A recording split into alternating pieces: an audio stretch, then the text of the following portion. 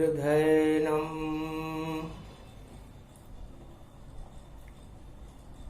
श्रवणपटे अतिवरा महावाक्य जनार्दन सच्चिदानंद त्वं शरणं ब्रजे यादवेन्द्रं दयादाता पुंडरीक्षा क्षीरसागर शयनं कमलनयनं नमस्तुते नमामि श्रीहरि। धैर्य से जिसको धारण किया जाता है, कर्णपटुओं से जिनका पान किया जाता है, ऐसे सच्चिदानंद भगवान श्री यादवेंद्र सरकार को मैं नित्य ही चिंतन करता हूँ, नमन करता हूँ। जिनको नमन करने से मंगलादि मंगल तो हो ही जाते हैं, साथ ही में बहुत बड़ा बल मिलता है मनुष्य। वाणी ब्रह्माणी करो वाणी परनित वास, राम कथा वर्णन करूं पूरण कर्मा आस। सप्तमी रूप सप्त ऋषि धारा, सप्त सरोवर अमृत प्यारा। पुनर्पुष्य नक्षत्र है शनिवार की धार, कलयुग में नारायण ही करते बेड़ा पार।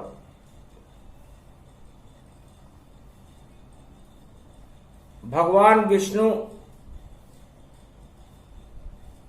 ने लक्ष्मी जी से कहा, प्रिया ये क्षीर सागर है और क्षीर सागर के इस अमृत में लक्ष्मी और नारायण भी सुषुप्त अवस्था में है। यहां लक्ष्मी का कोई प्रभाव नहीं, वह विष्णु के चरण चापती है और क्षीर सागर में माया नहीं चलती और माया नहीं दृष्टि डालती है। तो माया दृष्टि न डाले जहां और दृष्टि विष्णु चरणताय, ऐसी शक्ति शेष शैया है और कहीं है ना है। भगवान विष्णु ने कहा, लक्ष्मी जी सब आपकी आराधना करते हैं, सारे संसार में पूरे त्रिलोक में लक्ष्मी की उपासना होती है, चाहे वो मनुष्य हो, वो देवता हो या दानव। लक्ष्मी सबको चाहिए और बिन लक्ष्मी सब सून। लक्ष्मी माया जानिए और माया रूप अनूप। तो ये सारा संसार माया पर आश्रित है, माया पर लालायित है। चारों युग माया से आच्छन्न है और जीवन चक्र और मृत्यु चक्र के बीच में माया फंसी रहती है। ब्रह्म को कोई जानना नहीं चाहता। लक्ष्मी भी चुप हो गई, सुन विष्णु की बात। और लक्ष्मी तुम धन्य हो जो ब्रह्म चरण रही चाप है। लक्ष्मी जी, इस क्षीर सागर ने आपकी शक्ति को कितना प्रबल बना दिया कि आप ब्रह्म के चरण चापन कर रही। यहां पर माया शांताकारम है, विष्णु शांताकारम है, क्षीर सागर शांताकारम है, अमृत का स्वरूप है। विष यहां पर प्रकट ही नहीं होता जबकि है लक्ष्मी और है नारायण खुद शेष शैया पर, सर्प की शैया पर, सर्प की फुकारों के बीच में यहां पर शयन कर रहे हैं। ये 4 वेद, 6 शास्त्र, 18 पुराण और ब्रह्म ज्ञान को पुष्य नक्षत्र में भगवान विष्णु ने लक्ष्मी जी को समझाया। तो अमृत है ये ब्रह्म स्वरूपा और अमृत है ये विष्णु रूपा। अमृत नाभि में ही जानो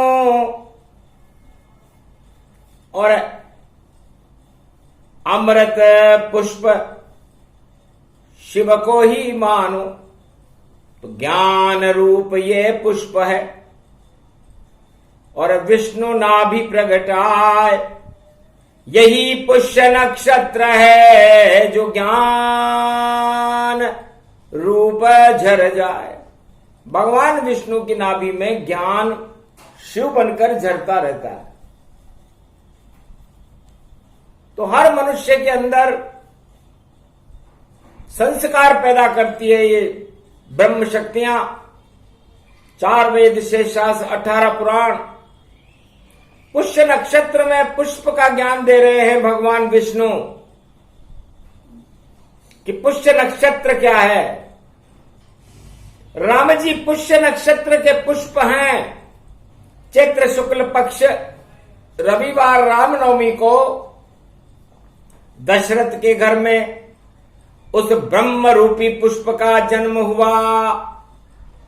सूर्यवंश के पुष्प हैं और अवध के राम, दशरथ के ये लाल हैं, मंगल करते काम। तो राम नाम की सुगंध चारों युगों में हमेशा फैलती रहती है। उस सुगंध को कोई रोक नहीं सकता। तो पुष्प कैसा होना चाहिए? पुष्प राम जैसा होना चाहिए, जिसकी सुगंध कभी समाप्ति ना हो। पुष्प कैसा होना चाहिए? भगवान विष्णु की नाभि में जिस तरह भगवान शिव पुष्प बनकर खिलते हैं वैसा होना चाहिए। तो शांति के पुष्प हैं नारायण और लक्ष्मी उसकी सुगंध बने और ज्ञान का शिव ये स्वरूप बने तो ब्रह्म रूप ये छंद बने, तब ब्रह्म बनता है। और द्वापर युग में चंद्रमा की सुगंध, चंद्रमा का अमृत, ब्रज वृंदावन के पुष्प भगवान श्री कृष्ण, जिनकी सुगंध गोप ग्वाल, जमुना, पूरे ब्रजधाम में राधा जो प्रकृति का रूप है वह उनकी सुगंध को फैलाने का ही काम करती है। तो राधा कृष्ण पुष्य रूप है और सुगंध सदा उनकी बहती और ये वाणी भी उनकी वंदना चारों युग में करती रहती। और कलयुग में कोई पुष्प नहीं है, सभी पुष्प मुरझाए, नहीं सुगंध का काम यहां तो रोग ही रोग दिखाए। और कलयुग में तो पुष्प की सुगंध है ही नहीं, सब कृत्रिम है। हवा भी कृत्रिम, जल भी कृत्रिम, अग्नि भी कृत्रिम है यहां। और सब कुछ देखो नकली नकली नकली सब कुछ बना यहां। अरे भक्ति भी सारी नकली है और नकली सारे सिद्ध रहे और अपने को असली बतलावे, ऐसी देखो चाल चले। जब तक संस्कार नहीं जाने तब तक ईश्वर नहीं पहचाने। तो भगवान विष्णु कहते हैं कि जब तक संस्कार ही न हो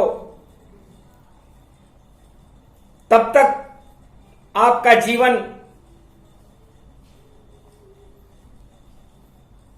ईश्वर की सुगंध से बहुत दूर है। तो संस्कार किसको कहते हैं? संस्कार है जन्म तुम्हारा, और बोले विष्णु शेष की धारा। शेष शैया पर भगवान विष्णु ने कहा कि पूरे त्रिलोक की समस्त आत्माएं जब मेरे अंदर समाहित रहती हैं तो वह भी शांताकारम होकर के परमात्मा का परमानंद लेती रहती है। लेकिन जब परमात्मा से उनका मन उच्चाटन होता है, उसे संस्कार कहते हैं।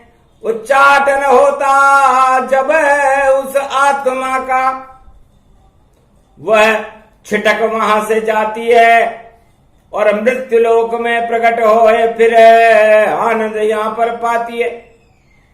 तो जैसे ही भगवान से उसका उच्चाटन होता है, ब्रह्म से उसका उच्चाटन होता है और माया से उसका आकर्षण होता है इस मृत्यु लोक में, वो मनुष्य, वो आत्माएं आ जाती हैं। 7.25 अरब आत्माएं इस समय कलयुग में भगवान के उच्चाटन करके और माया के उच्चाटन में संपूर्ण विश्व में उपलब्ध है,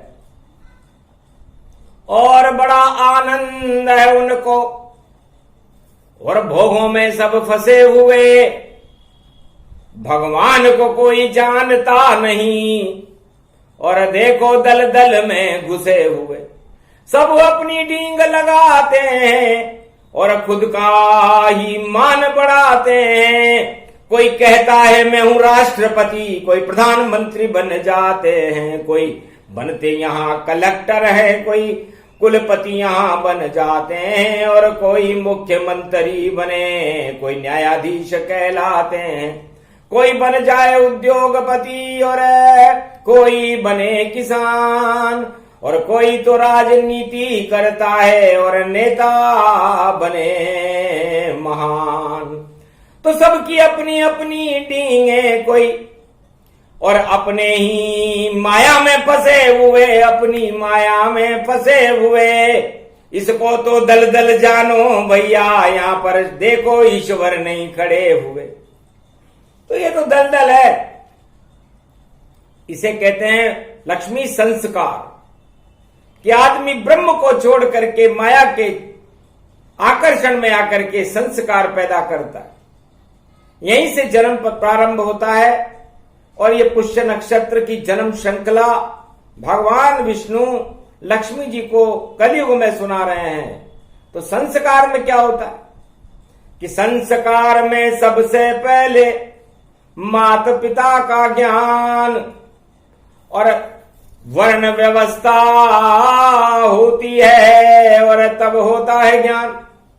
आपका 4 वर्णों में किसी भी वर्ण में जन्म होगा, ब्राह्मण, क्षत्रिय, वैश्य और हरिजन, ये आपके पूर्व जन्म के संस्कारों से हो रहा है। और ये माता पिता क्यों बने?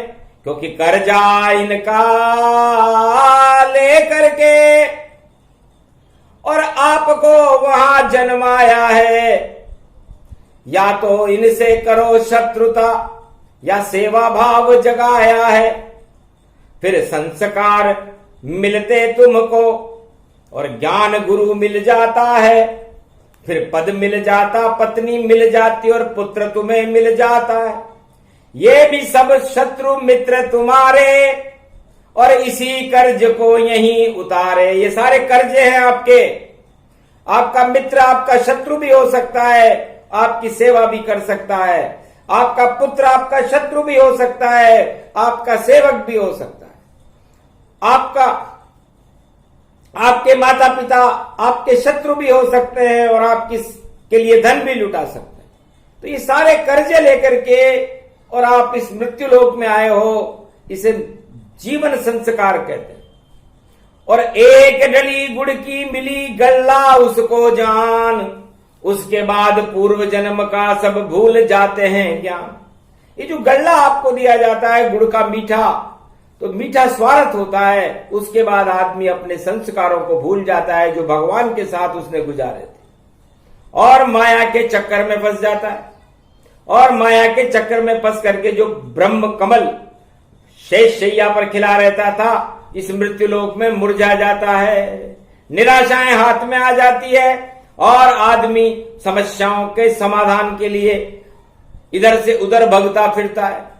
बहुत बड़ा ये ज्ञान है, समझ सके नहीं कोई, अपनी हेकड़ी लगा रहे हैं सारे जगत गति होए। सारे संसार के महात्मा, सारे संसार के राजा, उद्योगपति, किसान, सारे संसार के सारे वर्ग और सारे वर्ण उसमें आ गए। एक बार विष्णु लक्ष्मी हम दोनों और नारद के संग मृत्युलोक गए। हम गए एक पंडित के घर और देखो घर थे नए नए, कोठी उसका आश्रम देखो और भव्य रूप दिखाया था और लाखों शिष्य उस पंडित के और पंडित को मद चढ़ाया था। हमने पूछा पंडित जी और कैसा जन्म गुजार रहे? पंडित हंसकर बोला भाई और ये ज्ञान रूप बघार रहे, मेरे अंदर इतना है ज्ञान और मेरे शिष्य हजारों हैं और आप किस कारण यहाँ पधारे और बोलो क्या उद्देश्य तुम्हारे? तब मैं भी हंसने लगा, हंसी लक्ष्मी तत्काल, नारद भी हंसने लगे, आया पंडित का काल, सियावर रामचंद्र शंकर। पंडित जी आप तो बहुत विद्वान हो, हम तो बिना पढ़े लिखे हैं, इधर से गुजर रहे थे, आपके दर्शन हो का सौभाग्य मिला। ऐसे दर्शन नहीं देता मैं, पहले भेंट चढ़ाओ तुम, फूलों का हार लगाओ तुम और मेरे शिष्य बन जाओ तुम। हंसने लगे विष्णु लक्ष्मी नारद, अवश्य बनेंगे शिष्य और भूत भविष्य वर्तमान की देंगे तुमको दीक्षा। महाराज हम दीक्षा भी देंगे आपको, क्योंकि शिष्य बनने से पहले दीक्षा देना जरूरी है, क्योंकि बिना दीक्षा के गुरु नहीं बनाना चाहिए। और आप में गरुड़ बहुत है महाराज, तो 5 मिनट के अंदर है गुरुजी और आप यहां गिर जाओगे और शिष्यों को जब गिरोगे तो नजर नहीं फिर आओगे। सुनकर उनकी बात को और गुस्सा पंडित आए और कहा समय नहीं मेरे पास में, बाहर निकलो तुम, जाए बाहर निकलो। इतना तब आवेश आया, सीढ़ी से पंडित गिर जाया। पंडित जी गिर गए, धड़ धड़ धड़ाम धड़ हो गए और पहुंच गए अस्पताल और काला उनके ऊपर चढ़ गया और बचा नहीं तन पाए, अपने आप को बचा नहीं सके, तब भी ईश्वर का नाम नहीं लिया। तब भगवान ने सोचा इसको ज्ञान दे देना चाहिए, क्योंकि ये घमंड में। इतने में एक उनका शिष्य था, प्रधानमंत्री के पद का था, गुरुदेव को आईसीयू में तत्काल लेके जाओ और कैसे गिर गए गुरु और मेरा ताज बचाओ। मेरा ताज तो ये गुरुजी चलाते हैं। तो भगवान को बहुत हंसी आई, नारद जी को और लक्ष्मी को, कि ताज तो ये गुरु क्या चलाएगा, इसका आ गया काल। और ये कौन राजनेता है जो इसको उठा लिया रे तत्काल? ये राजनेता इसको उठा रहा है, अपने आप को बड़ा सम्राट मान रहा है। तो सम्राट के भी तब घंटी बजी और आधुनिक यंत्र पर संदेश आया, महाराज आपका ताज हट गया और शासन राष्ट्रपति लग पाया। महाराज राष्ट्रपति शासन लग गया, सेना में विद्रोह हो गया, अब आप राजा नहीं रहे। तो राजा फंसा, पंडित फंसा और फंस गए सारे शिष्य, पर कोई भी भगवान का नाम नहीं बोला। ये आंखों देखा दृश्य, ये कलयुग में आंखों देखा दृश्य भगवान विष्णु, लक्ष्मी और नारद जी बता रहे हैं। किसी उस राजा ने ये नहीं कहा कि मैं भगवान की कृपा से राजा हूं, उस पंडित ने ये नहीं कहा कि भगवान की कृपा से मैं पंडित बना, उनके शिष्यों ने भगवान को याद नहीं किया कि हमारे गुरु को बचाओ। तो सोचो ये हाल है इस कलयुग का। और अप्रैल 7 अब आया है और इनके साथ तो कोई नहीं, बस माया ही बस माया है। तो माया में उलझे सना। इतने में आ गया एक धनवान, उद्योगपति था बड़ा, वो भी आ गया। कहा क्या हुआ मेरे गुरु को, और सारे खजाने खोलो तुम, लेकिन पंडित जी आशीर्वाद के थोड़े बोल तो बोलो तुम। तब उनका मुनीम वहां आया, महाराज सभी घाटा पाया, और लुट गई सारी आपकी माया, और सब खजाना खाली ही पाया। इतने में बेहोश हो गया उद्योगपति गति जान। तब आखिर में उनका पुत्र आया पंडित जी का, और किया अतिथि प्रणाम। भगवान जहां भी आप रहो, मैं बालक आपका कहलाता हूं, और मेरे पिता की रक्षा करो प्रभु, बस राम राम चिल्लाता हूं। इतने में ही लक्ष्मी नारायण नारद प्रकट गयान। धन्य धन्य बालक तुम, और संस्कार गति जान। तुम्हारे अच्छे संस्कार है बेटा, जो तुम इस पिता के पुत्र बने, और तुमने भगवान को याद किया। भगवान को याद करता है, भगवान तो यहां खड़े हैं। जाओ सब कुछ माया लुटे हटे, माया गति जान। और पुष्य नक्षत्र का ये प्रसंग सुने तो ब्रह्म होता है ज्ञान। जाओ बेटा, तुझे ब्रह्म का ज्ञान हो जाएगा। और ये जो राजा आया है यहां पर, ये उद्योगपति आया है, और ये पंडित और इनके शिष्य हैं, इनकी माया हट जाएगी, इनको भी ब्रह्म का ज्ञान हो जाएगा। फिर ये राजा सत्ता के प्रति लालायित नहीं रहेगा, ये उद्योगपति धन के प्रति लालायित नहीं रहेगा, आपके पिताजी शिष्यों के प्रति लालायित नहीं रहेंगे, इनका घमंड ही हट गया। तो कौन हटाने वाला घमंड, जब माया यहां चल जाती है, और माया का यहां कुचक्र चले, तो ईश्वर शक्ति नहीं आती है। तो एक पुत्र था ध्रुवं समाना, और तब जाकर हुआ सबको ज्ञाना।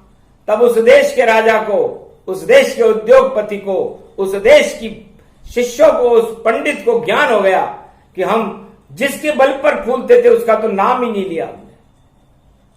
तो यही संस्कार है भैया, और यही पुष्य नक्षत्र। क्यों ढींगे लगा रहे हो अपनी, देखो आईने में अपना चित्र। तो एक बार कांच के सामने खड़े होकर अपना चित्र तो देख लो कि आपके संस्कार क्या है, और उन संस्कार को सुधारो, भगवान को याद करो। तब नारद जी ने पूछा, महाराज कलयुग में इस समय 8 अरब आत्माएं हैं सारे विश्व में, आपके प्रति कितनी आकर्षित है? कहा 99.9% भोग ग्रस्त सब जान, और 1% ईश्वर में आसक्ति, नारद सत्य ही मान। है नारद, इस समय कलयुग में जब 7 मई चल रही है तो हमारे साथ कोई नहीं, 1% लोग हमारे साथ हैं, और वह इसका ये लड़का है जिसने भगवान का नाम लिया। बाकी सारे संसार के सारे लोग, चाहे वो संत हो, सिद्ध हो, हिमालय पर हो, कहीं भी हो, सब अपने स्वार्थ में व्यस्त हैं। सोर नर मुनि जन सब की रीति, स्वार्थ लाग करे सब प्रीति।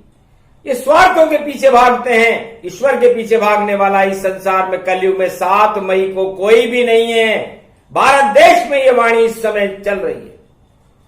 राम का नाम लेने वाला कोई नहीं है। दिखावा, ढोल ढमाढम ढम ढम, और झंडे लेकर घूम रहे, डंडे भी लेकर घूम रहे, और पंडे सारे घूम रहे, और गुंडे भी सब घूम रहे, पर ईश्वर नाम कहीं दिखता नहीं, और नहीं नजर यहां आया है। और 99.9% का योग यहां पर देखो भोग में पाया है। सब भोग भोगने में व्यस्त है। और महाराज गोलोक की क्या हालत है? तब कहा 100% है, और सारे भगवान में झूम रहे, और श्री कृष्ण के चरणों के और आगे पीछे घूम रहे। ये हालत है गोलोक की नारद, और बड़ा सौभाग्य दिखाया है जो गोलोकन में प्रकट हुआ, चरणों में उसकी छाया। श्री कृष्ण के चरणों में। और महाराज शेषैया और बैकुंठ की क्या हालत है? बैकुंठाधिपति नारायण के, और लक्ष्मी भी चरण चापती है, नारद घंटा ध्वनि बाजती है, और गरुड़ भी विष्णु के चरणों में, और शेष भी विष्णु निहारती है। तो जितनी शक्तियां बैकुंठ क्षीर सागर में 125% भगवान की भक्ति यदि कहीं सबसे ज्यादा है तो वो विष्णु लोक है, बैकुंठ है, शेषशैया है, जहां पर 100 नहीं 125% भगवान के चरणों के प्रति आसक्ति है। और शिवलोक में क्या हाल है? शिवलोक में तो 50-50 और 50% भक्ति रहे, और 50% दानवता की, और शिव के चरणों में शक्ति रहे। 50% वहां दानव शक्ति है, 50% वहां ईश्वर शक्ति। और ब्रह्मलोक में क्या हालत है? ब्रह्मलोक गति वे भव जाना, और ब्रह्म स्वरूप भक्त सब माना। वहां तो संख्या गिन ही नहीं सकते, क्योंकि सभी ब्रह्ममय हो गए। ब्रह्मलोक गति ज्ञान, पता नहीं कोई कौन है ब्रह्मा, और 4 चतर मुख मान। ब्रह्मा जी के तो 4 मुख है, हमने 4 दिशाएं और 10 दिशाएं देखी, लेकिन वहां तो ब्रह्ममय स्वरूप है। पता ही नहीं चलता वहां कौन भक्त है कौन ब्रह्मा है। जैसे महाराज वहां का हाल भी श्रेष्ठ है। मंगल ग्रह में क्या है? मंगल ग्रह में भौतिकवाद और भोगवाद का बोलबाला, और 25% भगवान के भक्त, और बाकी सब भोगों में सबने अपना जीवन डाला। 25% भगवान की भक्ति। ध्रुवलोक में क्या हाल है? ध्रुवलोक बड़ी शक्ति है देखो, और वहां पर 4 ध्रुव होते हैं। एक गोला खींचो और भैया उसमें 4 ध्रुव होते हैं। तो वहां पर ऊपर नीचे है, कभी गोला ऊपर आता है कभी गोला नीचे आता है। तो चाहे वो ऊपर आए या नीचे आए या बीच में आए, सब ध्रुव समान आकर्षण होई, और भक्तिहीन वहां नहीं कोई। सारे ही ध्रुव बन गए, अरबों ध्रुव गति जान, सब भगवान के भक्त हैं। और बोले नारद ऋषि मान। बड़ा आश्चर्य हुआ, कलयुग में भगवान के देश में 1% भक्ति, तो क्या करना चाहिए? अरे रविवार को पुख पड़ेगो, और भक्ति को कमल खिला दोता है। और जब भक्ति जब ना भी खिलेगी, आसक्ति भक्ति बढ़ जाए। भोगवाद क्यों देहो तिलांजलि, और इनको आप हटा लोता है। नवदा भक्ति जब पैदा हो, ईश्वर घर बैठे मिल जाए। तो ईश्वर आपको घर बैठे मिलेंगे। इसलिए रविवार गंगा सप्तमी होगी, अष्टमी भी होगी, और आपके नाभि कमल में नवदा भक्ति अंकुरित होगी। उसमें जब भक्ति का कमल खिलेगा, कमलेश्वर बन जाएंगे बाबा, तो आप लोगों को उसकी सुगंध आपके शरीर में पंच तत्व में फैलने लगेगी, और वह सुगंध ईश्वर का रूप होगी। और उस ईश्वर का आत्मसात करने के बाद आपका कल्याण होगा। इसलिए इस 1% धर्म को और जड़ को ले वो बचाए, बाकी सारे विश्व में अधर्म फैल गया भाई। सारे विश्व में इस समय अधर्म का बोलबाला है, इसीलिए तो तीसरे विश्व युद्ध की तैयारी है। और भगवान भी चाहते हैं कि सारे अधर्मी लोगों को समाप्ति कर दिया जाए, क्योंकि धर्म नाम का कोई चिन्ह नहीं हो। तो बम लेकर के घूम रहे हैं सारे ही यमराज, और अपने आप सब धर्मराज और बने हुए यमराज। पद पर तो धर्मराज जैसे बैठे हुए, जिनपिंग है, पुतिन है, बाइडेन है, बड़े बड़े बैठे हुए। लेकिन धर्मराज का पद इनको अच्छा नहीं लग रहा, इनके अंदर काल पैदा हो गया, घमंड पैदा हो गया, इसलिए यमराज बन गए। और यमराज का तो एक ही काम होता है कि किसी की मृत्यु कैसे करे।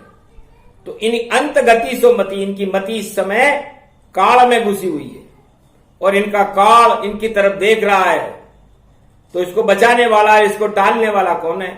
इसको टालने वाले हैं नारायण, इसको टालने वाले हैं राम, इसको टालने वाले हैं कृष्ण। तो आज से ही शुरू करो भक्ति और रवि पुष्य के साथ, तो फिर देखो भगवान की शक्ति तुम्हारे साथ। तो ऐसे शुभ योग भारत में पड़े, भगवान सभी को भजना है, भगवान सभी को भजना है। और भगवान की भक्ति से सजा लो इस पंच तत्व के शरीर को, तो इसको भक्ति में ही सजना है। भक्ति में सज जाएगी घर ये देह तुम्हारी, तो ईश्वर शक्ति की कृपा हो गई देखो भैया सारी। तो आपको ईश्वर कृपा प्राप्त करना हो पुष्य नक्षत्र में, काल से बचना हो, क्योंकि शनिवार का दिन है, शनि काल की परछाई को कहते हैं, मंगल के साथ है, तो ये दंगल भी करा सकता है। कुंभ राशि में है, इसलिए आप अपने आत्मा के कुंभ में अमृत भरो, भक्ति भरो, ज्ञान और वैराग्य भरो, तो भगवान आपकी रक्षा करेंगे। अन्यथा काल आपके समीप खड़ा हुआ है और उस काल से आपको बचाने वाला ईश्वर का नाम है। ये पुष्य नक्षत्र की वाणी है।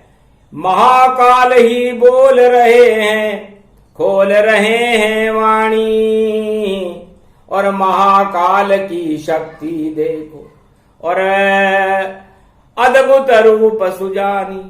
मारकंड तब कहे वहां पर, सच सच है ये वाणी, और मृत्यु से मैं डर कर गया था वहां पर, और जीवन शक्ति जानी।